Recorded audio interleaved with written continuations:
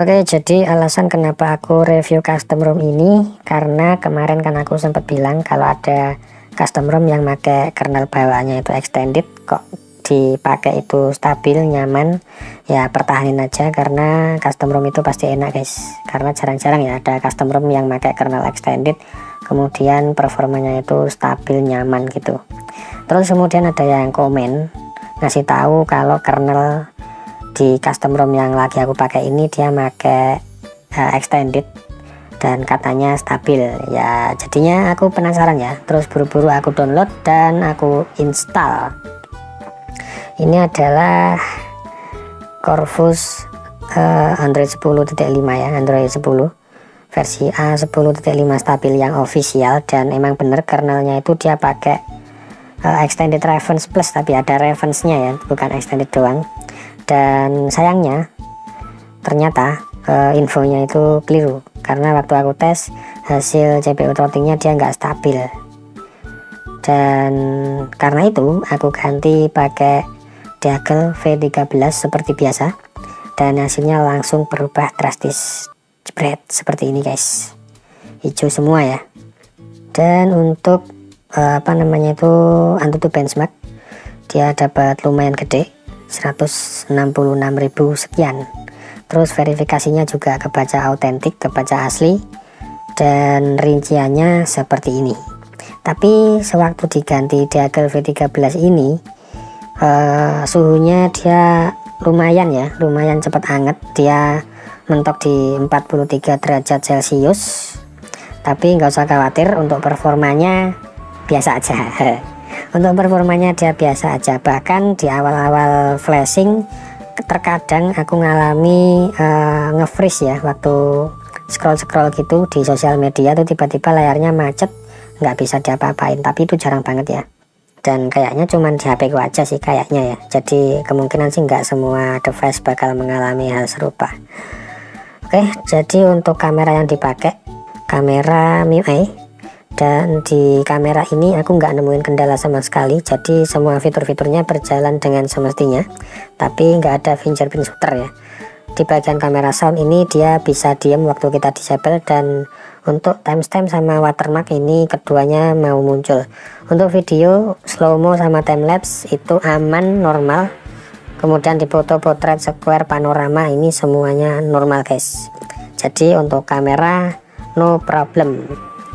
Kemudian untuk Magis seperti biasa versi 23.0 yang aku pakai, dan untuk safety netnya dia tercentang keduanya.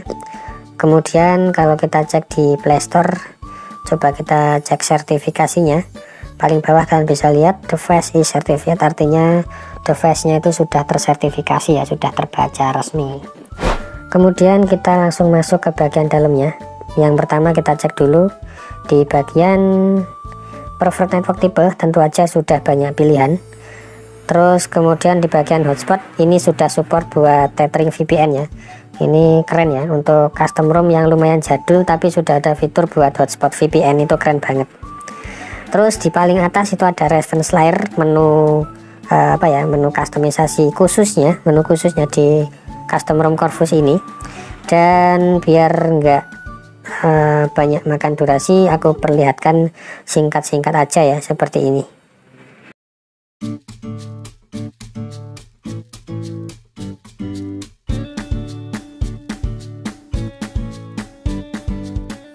Untuk double tap ini normal tanpa kendala. Kemudian ada gaming mode, terus ada suspend action buat ngatur jaringan kayaknya ini. Kemudian sebelahnya ada lock screen item. Di sini ada double tap lagi. Jadi buat kalian yang ada kendala sama double tap, kalian coba cari aja di menu pencarian settingnya ini ya. Kalian ketikin aja double tap seperti ini.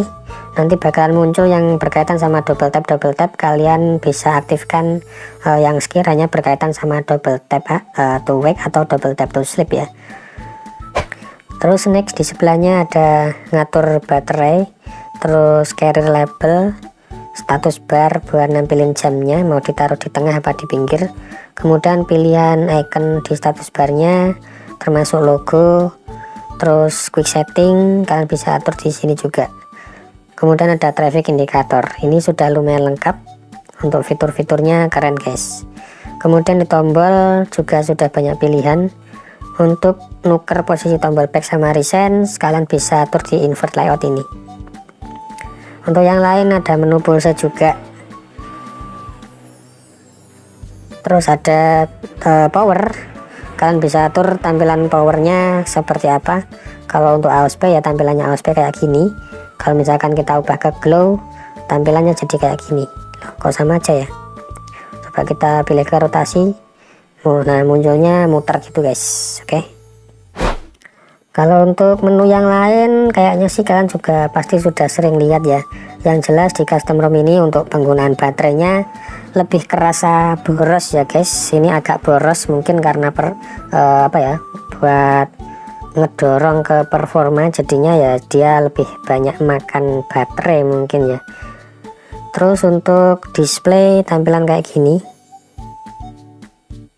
Nah, ini ada tap to wake lagi ya. Jadi ada beberapa tampilan tap to wake, jadi kalian harus aktifin semuanya biar berfungsi dengan semestinya.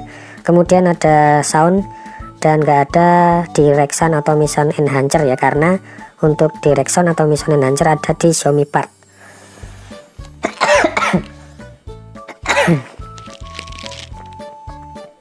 Untuk security di sini ada pin fingerprint, face unlock, app locker, smart lock, jadi lengkap semuanya ada. Kita bahas soal Xiaomi Part-nya ya. Untuk Xiaomi Part-nya di sini ada mission enhancer dan ini berfungsi dengan baik. Untuk menu-menu yang lain tampilannya kayak gini, ada EPS info, ada display kalibrasi dan seterusnya ya. Nggak terlalu banyak sih, tapi menurutku ini sudah cukup lah. Di bagian sistem untuk bahasanya sudah ada bahasa Indonesia juga. Kemudian kalau kita cek di developer option untuk lihat sisa RAM-nya, ini pemakaian RAM-nya agak boros guys ya. Pantesan baterainya banyak kemakan ya. Mungkin karena ini free RAM-nya kesisa 1,5. Jadi kalau buat RAM 3GB kayaknya agak ngoyo mungkin ya. Kemudian untuk quick settingnya tampilannya masih kayak biasanya. Kalau kalian susah untuk ngeklik tombol editnya ya, kalian bisa agak geser ke kiri, mepet ke frame-nya. Nah kayak gini. Ini fitur-fiturnya banyak banget, tapi yang penting-penting sudah aku taruh di bagian atas ya, di bagian sini. Kalau kita hidupin hotspot sama wifi secara berbarengan, ini aman guys, jadi keduanya masih bisa jalan bareng.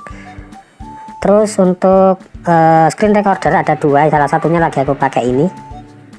Dan screen recorder yang kedua itu dia jadi satu sama perekam audio atau perekam suara guys. Di tampilan recent aplikasinya itu tampilannya kayak gini. Untuk menu-menunya dia standar, nggak ada fitur buat lock apps nya biar nggak ke close. Yes, kayak ginilah kira-kira tampilannya. Kalian bisa simpulkan sendiri, sudah aku sebutin ya. Ya kira-kira kayak gitulah. Kalau secara nilai dari 1 sampai 5 ini aku kasih 3,5 lah ya, lumayan. Oke, mungkin gitu aja dulu untuk review kali ini. Like kalau suka, dislike kalau kalian tega. Makasih buat yang sudah nonton sampai akhir. Kalau ada request silahkan tulis di kolom komentar. Bang Kedul pamit undur diri dan kita bakal ketemu lagi di next video. See you, bye bye.